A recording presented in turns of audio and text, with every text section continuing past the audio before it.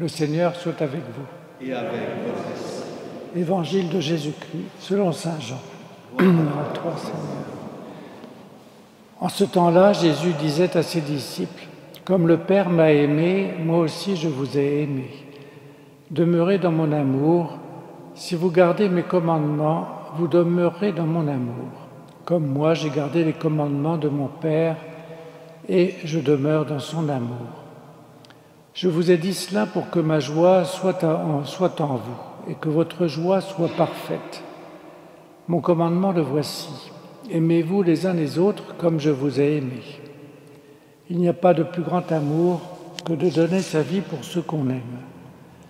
Vous êtes mes amis si vous faites ce que je vous commande.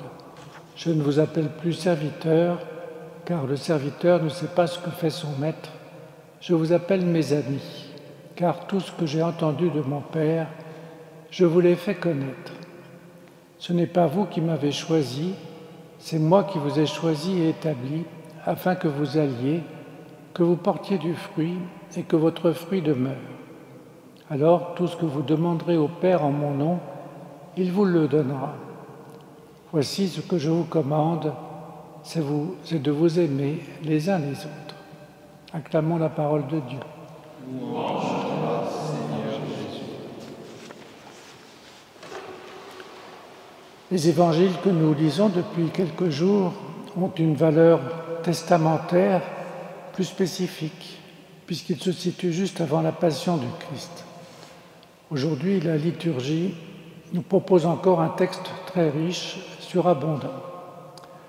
Retenons essentiellement cette parole de Jésus à ses disciples, c'est-à-dire à nous tous et pas simplement aux troupes d'élite. Aimez-vous les uns les autres comme je vous ai aimés. Il s'agit expressément d'un commandement, donc de quelque chose que nous devons écouter et mettre en pratique pour notre bien et celui des autres. Cette parole de Jésus nous délivre de toute interrogation vaine sur la manière d'aimer nos frères. Il suffit de les aimer comme lui nous a aimés. C'est à la fois simple et difficile, comme tout l'Évangile. Mais nous avons de la chance par rapport à ceux qui n'ont pas connu le Christ, on pourrait dire ceux de l'Ancien Testament, ou par rapport à ceux qui ne le connaissent pas encore. Nous avons de la chance d'avoir non pas un modèle, mais le seul modèle à imiter. Du reste, le petit livre célèbre, L'imitation de Jésus, avec toutes ses méditations sur sa vie, a inspiré de nombreuses personnes qui ont voulu suivre vraiment le Seigneur. Et en tout premier lieu, Thérèse de l'Enfant Jésus, qui connaissait ce livre par cœur et le citait souvent. Et elle dit dans son Histoire d'une âme, « Je savais par cœur presque tous les chapitres de ma chère imitation. Ce petit livre ne me quittait jamais. » Pourtant, en y réfléchissant bien, Jésus n'est pas qu'un modèle à imiter, tout simplement parce que ce serait au-dessus de nos forces et parce qu'il est inimitable, c'est le Fils unique. Mais en tant que Verbe, en tant que parole, il veut prendre chair en nous. Ce « comme je vous ai aimé » est donc plutôt une invitation à laisser Jésus s'incarner en nous. C'est en cela que nous pouvons vivre une juste et vraie vie mariale en parfaite union au Fils. Ainsi, Jésus pourra aimer les autres en nous et surtout les moins aimables, les rebutants. C'est le sens profond de ce commandement nouveau que Thérèse a découvert fort tard dans sa courte vie. C'est étonnant, mais c'est elle qui l'avoue ainsi, dans son manuscrit C. « Ah Seigneur, je sais que vous ne commandez rien d'impossible. Vous connaissez mieux que moi ma faiblesse, mon imperfection. Vous savez bien que jamais je ne pourrai aimer mes sœurs comme vous les aimez, si vous-même, ô mon Jésus, ne les aimiez encore en moi. C'est parce que vous voulez m'accorder cette grâce que vous avez fait un commandement nouveau.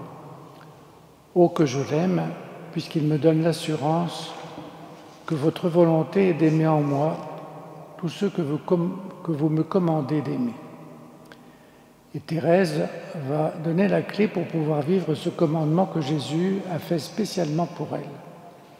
Oui, je le sens lorsque je suis charitable, c'est Jésus seul qui agit en moi. Plus je suis uni à lui, plus aussi j'aime toutes mes sœurs.